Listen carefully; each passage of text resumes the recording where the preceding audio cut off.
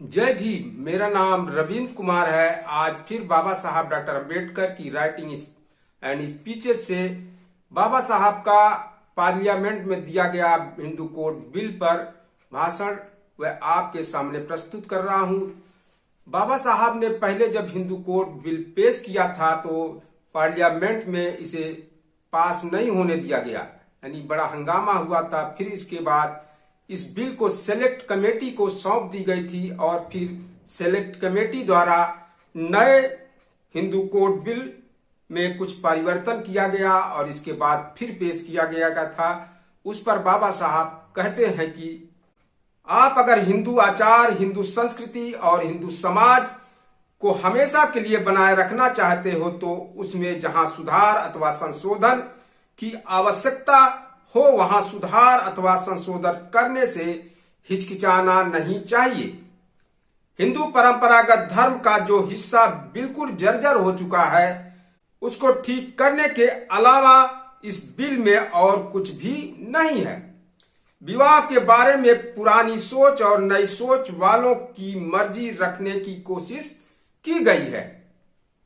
पुराने सोच वाले लोगों को धर्म के अनुसार उनके ही समाज के दूल्हा दुल्हनों की शादी कराने की इजाजत दी गई है, तो नई सोच वाले लोगों को अपनी विवेक को मानते हुए अपने समाज से बाहर के दूल्हा दुल्हनों के साथ शादी करने की आजादी दी गई है। हिंदू समाज का 90% हिस्सा शूद्रों का है और शूद्रों में विवाह विच्छेद या तलाक देने की रीत बहुत कम है। केवल 10% हिंदुओं में तलाक लेने की रीति नहीं है। इसलिए मेरा यह सवाल है कि क्या आप 10% लोगों का कानून 90% लोगों पर लागू करेंगे?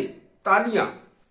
आप पाएंगे कि लोगों को तलाक का अधिकार हमारे शास्त्रों में भी दिया गया है। वैवाहिक संबंध सुखदायी होने के लिए शास्त्रों द्वारा बताए गए नियमों को एक तरफ कर अलग ही रूढ़ियों को उनसे श्रेष्ठ स्थान दिया जा रहा है।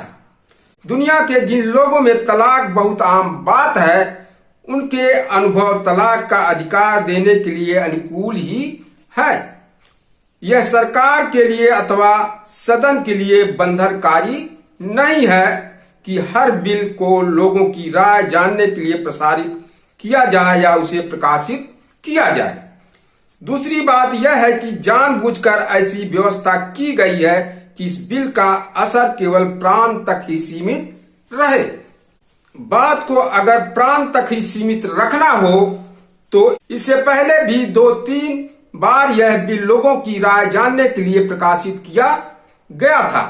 चौथी बार बिल को लोगों के सामने रखने से कोई खास फर्क पड़ेगा, मुझे ऐसा नहीं लगता।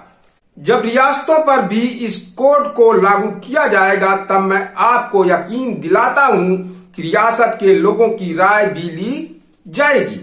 सेलेक्ट कमेटी द्वारा वैवाहिक अधिकारों और कानूनन तलाक के बारे में 2 नए परिच्छेद पहले बिल में जोड़े गए हैं।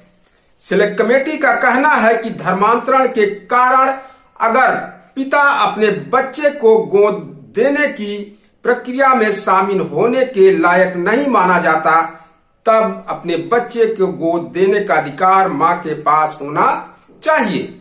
इसी प्रकार अगर किसी हिंदू विधवा द्वारा धर्मांतरण किया जाता है तो अपने बच्चे को गोद देने का उसका अधिकार भी निरस्त किया जाए, ऐसी व्यवस्था इस बिल में की गई है। गोद लेने के विभिन्न तरीकों में भी थोड़ा फेरबदल किया गया है। सेलेक्ट कमेटी ने निर्णय लिया है कि गोद लेने के कोड में दर्ज तरीकों के अलावा कोई भी अन्य विधि गोद लेने के लिए नहीं अपनाई जा सकती। सेलेक्ट कमेटी द्वारा इसमें सुधार के लिए 2 सुझाव दिए गए हैं। हिंदू धर्म में अपने बच्चे के अभिभावक बनने का जो प्राकृतिक अधिकार पिता को मिला हुआ है उसे पिता के संन्यास लेने अथवा धर्मांतरण करने पर उससे छीन लिया गया है। इस बिल का उद्देश्य हिंदुओं को संगठित करना है, इसलिए इस तरह की शर्त रखना आवश्यक है। कन्या के हक में भी सिलेक्ट कमेटी द्वारा काफी बदलाव किए गए हैं। मूल हिंदू बिल के अनुसार कन्या को पुत्र की तुलना में आधा हिस्सा मिलने का प्रतिपादन किया गया है, लेकिन न्यायपूर्ण तरीके से बंटवारा हो इसलिए और महिलाओं को भी विरासत में समान अधिकार मिले, बेटी को भी बेटे के समान हिस्सा मिले, ऐसी व्यवस्था सिलेक्ट कमेटी द्वारा की गई है। प्रस्तुत कोड पर आरोप लगाते हैं कि नया कोड प्रचलित कानून के विरुद्ध है।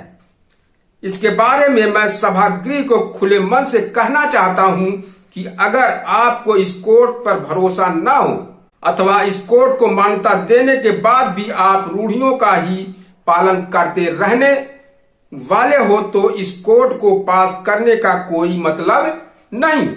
कानून को भी कुतरने की ताकत रूढ़ियों में होती है, इस कारण उनके आगे यह कोड बेजान हो जाएगा। कुछ लोगों ने आशंका जताई है कि मिताक्षर कानून के तरह क्या इस कोड के जरिए हिंदू संयुक्त परिवार पद्धति नष्ट की गई है।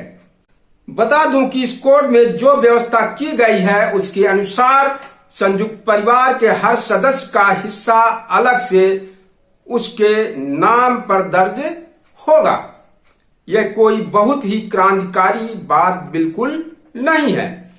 आप सब जानते हैं कि आजकल के जमाने में हर कोई अलग रहना चाहता है, इसलिए इस कोड के जरिए भले संयुक्त परिवार का संयुक्त अधिकार हटाया गया हो, लेकिन संयुक्त परिवार व्यवस्था को बनाए रखा है। अर्थात अब मिताक्षर कानून की जगह दया भाग कानून होगा। इस कानून द्वारा इतनी ही व्यवस्था की गई है। महिलाओं को विरासत में मिलने वाली संपत्ति की बात बेहद पेचीदा है। इस मामले में एक स्त्री धन दूसरी विधवा की संपत्ति, ये दो हिस्से बनाए गए हैं। जो संपत्ति पुरुष की ओर से विरासत अधिकार के तहत महिला को मिलती है उसे विधवा की संपत्ति कहा गया है। इस बारे में सेलेक्ट कमेटी का निर्णय है कि महिला में जब अन्य मामले में अपनी संपत्ति की देखभाल के लिए जरूरी चतुरता और सामर्थ्य होता है तो यह भी मान लेना चाहिए कि विधवा की संपत्ति की देखभाल के लिए भी वह चतुर और सामर्थ्य है। मैं अगर सदियों के हिंदू संस्कृति और कानूनों से पीड़ित महिलाओं को न्याय देने में सफल हुआ तो मेरा जन्म सार्थक हुआ, ऐसा मैं मानूंगा। इसलिए इस हिंदू कोड में दर्ज किया गया है कि महिला को मिलने वाली संपत्ति पर उसका पूरा और नियंत्रण रहित मालकियत का अधिकार है।